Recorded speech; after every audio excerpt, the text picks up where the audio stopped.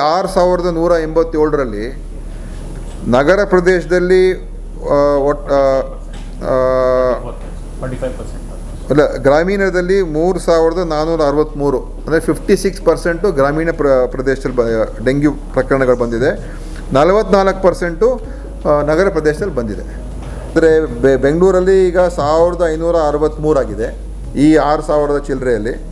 ಅದು ಬಿಟ್ಟರೆ ಚಿಕ್ಕಮಗಳೂರು, ಮೈಸೂರು, ಹಾವೇರಿ, ಚಿತ್ರದುರ್ಗ, ಶಿವಮೊಗ್ಗ ಈ ಥರ ಈ 4 ಜಿಲ್ಲೆಯಲ್ಲಿ ಹೆಚ್ಚು ಪ್ರಕರಣಗಳು 490, 470 ಆ ಥರ ಆಗಿದೆ. ಡೆತ್ ಇಲ್ಲಿ ತನಕ 6 ಆಗಿದೆ. ಇಲ್ಲಿವರೆಗೂ ಡೆಂಗಿ ಡೆತ್ಸ್ ಆಗಿರುವಂಥದ್ದು 6. With the monsoon rains in Bengaluru, dengue cases have increased significantly. This year, the state has recorded 6,187 dengue cases and 6 deaths, including 1 confirmed death in Bengaluru. In contrast, the same period last year saw 1,563 cases with no deaths. The current case fatality rate of dengue in Karnataka stands at 0.09%. Health Minister Dinesh Gundu Rao stated that the rise in reported dengue cases is due to increased surveillance and assured that adequate measures are being implemented for prevention and treatment. ರಾಜ್ಯ ಮಟ್ಟದಲ್ಲೂ ಕೂಡ ಹೆಚ್ಚು ಇದಕ್ಕೆ IEC activity ಈಗ ನಮ್ಮ television ಮುಖಾಂತರ, radio ಮುಖಾಂತರ ಮತ್ತು ಪೇಪರ್ಗಳ ಮುಖಾಂತರ ಸ್ವಲ್ಪ ಅಡ್ವರ್ಟೈಸ್ಮೆಂಟ್ಸು ಎಲ್ಲ ಕೊಟ್ಟು, ಮತ್ತು ಬೆಂಗಳೂರು ನಗರದಲ್ಲಿ ಬಸ್ ಸ್ಟಾಪ್ಗಳಲ್ಲಿ ಬೇರೆ ಬೇರೆ ಕಡೆ IEC ಆ್ಯಕ್ಟಿವಿಟೀಸ್ ಮಾಡೋದಕ್ಕೂ ಕೂಡ ಡಿಸೈಡ್ ಮಾಡಿದ್ದೀವಿ. ಅದನ್ನು ಕೂಡ ನಾವು ಯಾಕಂದರೆ ಜನರಿಗೆ ಇದು ಅಲ್ಟಿಮೇಟ್ಲಿ ನಾವು ಎಚ್ಚರಿಕೆ ವಹಿಸ್ಕೋಬೇಕು, ಜನನೂ ಕೂಡ ಎಚ್ಚರಿಕೆ ವಹಿಸ್ಕೋಬೇಕು, ಎಲ್ಲರೂ ಕೂಡ ಇದ್ರ ಬಗ್ಗೆ ಎಲ್ಲ ಸ್ಪಷ್ಟ ಮಾಹಿತಿಗಳಿರಬೇಕು ಅಂತೇಳಿ ನಾವು IEC ಆ್ಯಕ್ಟಿವಿಟೀಸು ಕೂಡ ಹೆಚ್ಚಾಗಿ ತೊಗೊಳೋದಕ್ಕೂ ಕೂಡ ಮಾಡೋದಕ್ಕೆ ತೀರ್ಮಾನ ಮಾಡಿದ್ದೀವಿ. ಡೆಂಗ್ಯೂವನ್ನು ಎದುರಿಸೋದಕ್ಕೆ ನಾವು ಸಜ್ಜಾಗಿದ್ದೇವೆ. ಇನ್ನೂ ಖಂಡಿತವಾಗಿಯೂ ಇದನ್ನು ಎಲ್ಲ ರೀತಿಯಲ್ಲೂ ಕೂಡ ಇದು ನಿಯಂತ್ರಣ ಮಾಡೋದಕ್ಕೆ ನಮ್ಮ ಎಲ್ಲ ಇಲಾಖೆಗಳು ಸೇರಿ ಮಾಡುವಂಥದ್ದಕ್ಕೆ ನಾವು ನಮ್ಮ ಪ್ರಾಮಾಣಿಕವಾದಂಥ ಒಂದು ವೈಜ್ಞಾನಿಕವಾದಂಥ ರೀತಿಯಲ್ಲಿ ಪ್ರಯತ್ನವನ್ನು ಮಾಡ್ತಾ ಇದ್ದೀವಿ. But is it enough?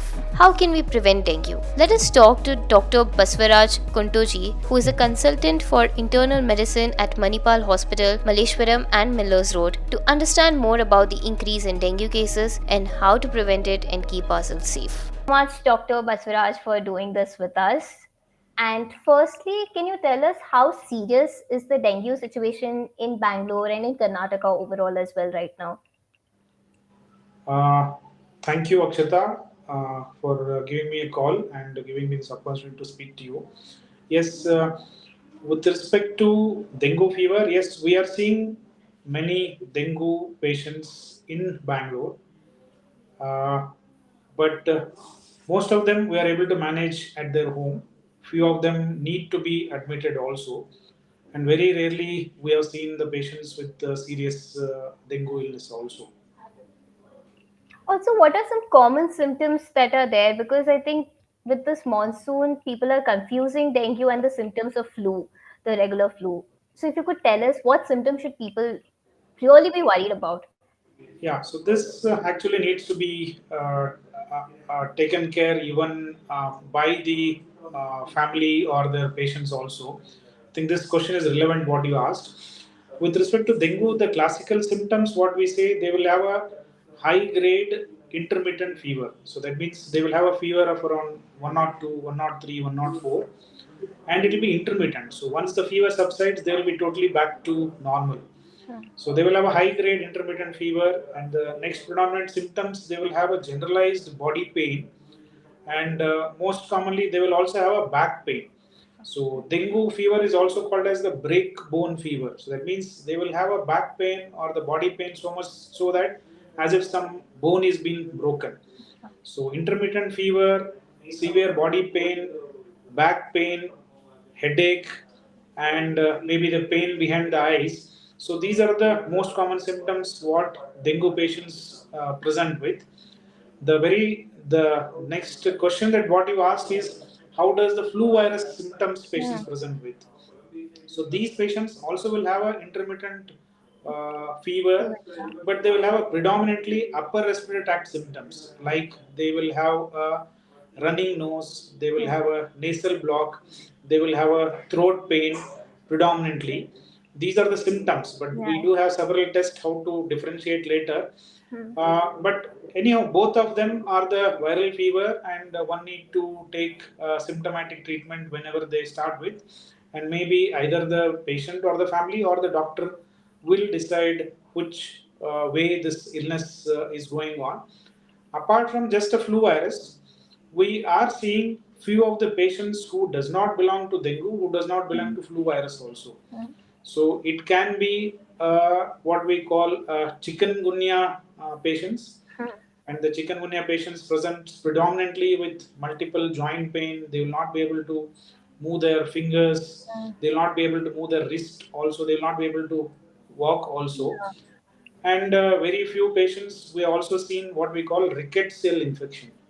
So maybe everybody may not be aware that rickets cell infection spreads through the tick bite of the pets at home, like dogs or cats. Yes, So yeah. one, and maybe a malaria also. So these other differential diagnosis also one need to keep in mind.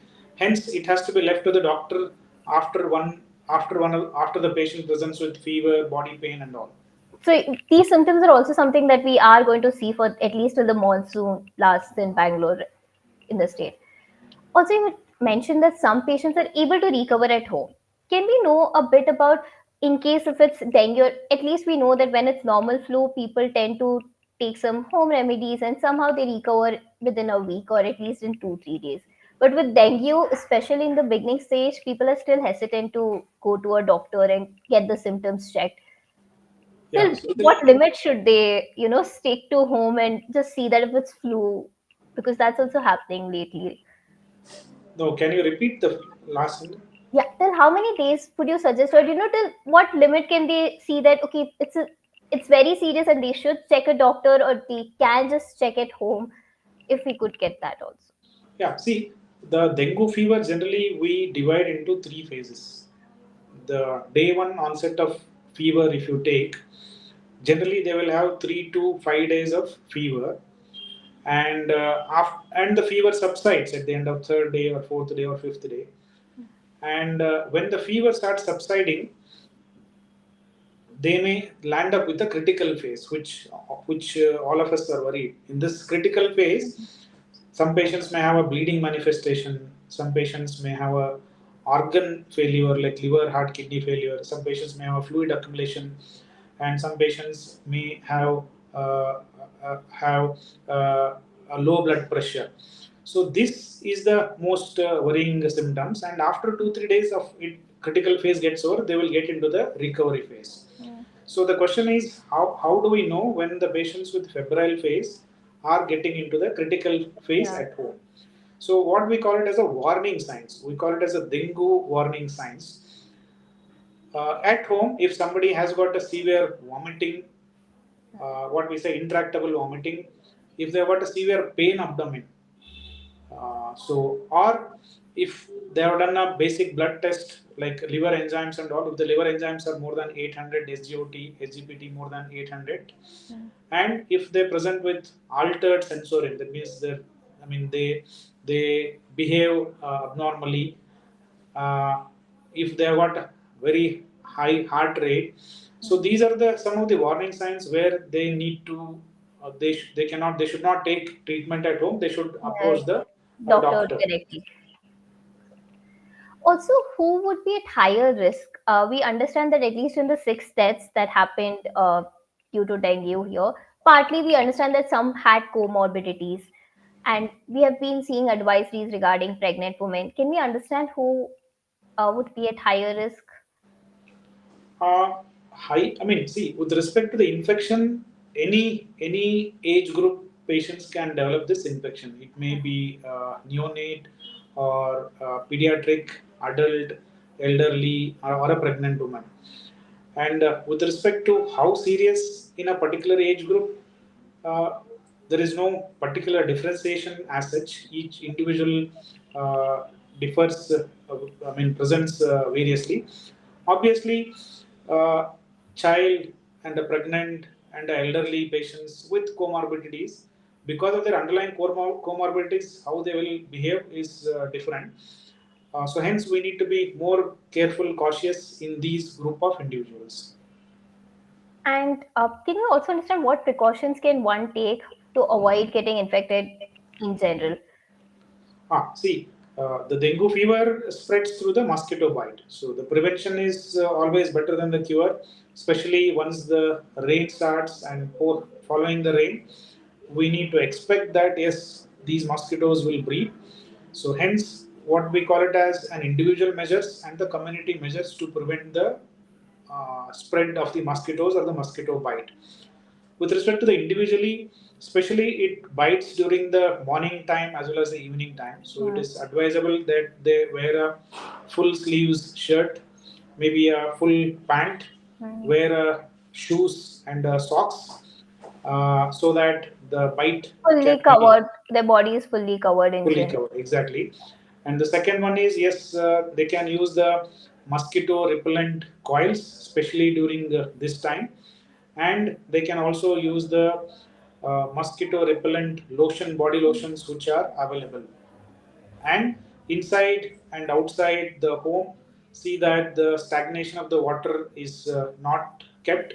And many of the apartments in Bangalore also, we need to take care at the gardens or the wherever the bushes are there, the mosquito repellent sprays has to be sprayed at least minimum of 2 times a day. That means much earlier during the day and again much earlier during the evening time. And as a community, the public people also should take care overall in and around the city, so that there is a stagnant water is not kept. So this is what is the prevention by and large for any mosquito borne diseases.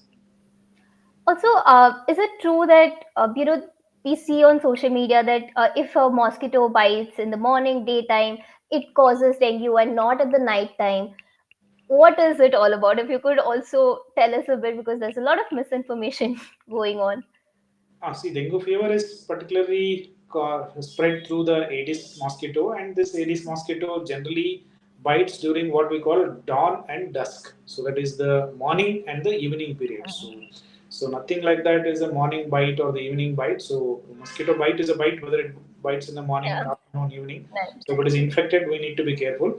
But mosquito bites more commonly in the morning as well as the evening time, what we see, and we are all aware that yes, as soon as the evening starts, the mosquitoes enters home, and the bite may happen. So similarly, it may happen during the early morning also. Also, why are we suddenly seeing such an increase in dengue cases? Like, I think at present, when I checked last, it was around 6,000 cases. So it's extreme from what we saw last year. Is there a particular reason that's happening? What I can see is every year we are seeing during this season. So I do not know the exact. I cannot say the exact numbers with respect to my practice, and in our area where we are practicing, it is almost the same. Do not know, maybe slightly more, what I can say. Obviously it is because of the measures what one need to take care, and maybe we had a prolonged period of summer without water, and this time that's what we the all Bangorians went through. And maybe as soon as the rain started, so suddenly there is a rise of these mosquito borne diseases, what I can say. Also, last question. Do you think there is enough preparedness from the BBMP as well as the healthcare system across the city to deal with the cases, increasing cases of dengue? See, the dealing is with respect to the two things. One is with respect to the prevention, which I mentioned. Yes, I feel and I believe that they are doing their best. And as an individual person and individual family, we also need to support in maintaining the cleanliness and avoiding the stagnation of the water. And with respect to the treatment, so generally most of the patients, almost 60 to 70 of the percent of the patients, were able to treat them as an outpatient basis. So hence the doctors are always there to take care of them.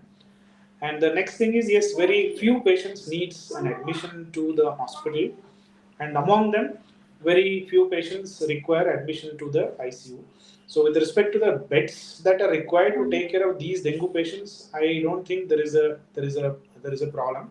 Yeah. But only thing is what I can advise to the patients is that earlier they see the doctors is the better. The next Mm. question comes about the when they become critically ill. So which I told you about, they can start having a bleeding, they can have an organ involvement, so they can develop a Yeah. fluid accumulation, breathlessness, and earlier they consult the doctor, and then it is better whenever such symptoms are seen, and they can be also be referred to the higher center as early as possible. And with respect to the platelet transfusion, yes, there may be a scarcity at a different location depending on the Mm. different blood group. But however, as of now, we are able to get the platelets also. So I think the best solution at this point would be taking individual care, maintaining hygiene, and going to the doctor in case if the symptoms persist at the earliest. That's the better prevention to have. Yeah, prevention, and we think that we are all taking care, but it may not be. So using a mosquito coil Mm. is what we are all aware, but again, it may not be done at your home or at your workplaces also. So that has to be taken seriously, because unless somebody says no, in our office one patient is admitted, one patient has become sick, he has become more serious, then the seriousness of this prevention will not come. So everybody is aware about these common things, but how serious to take care of the precaution is what is more important, and we need to highlight and see that all the homes, office spaces, schools, colleges, The these concept. are taken seriously. Thank you so much, Doctor, for sharing valuable information with us. Thank you, Akshataji. Thank you very much. Thank you. Namaste.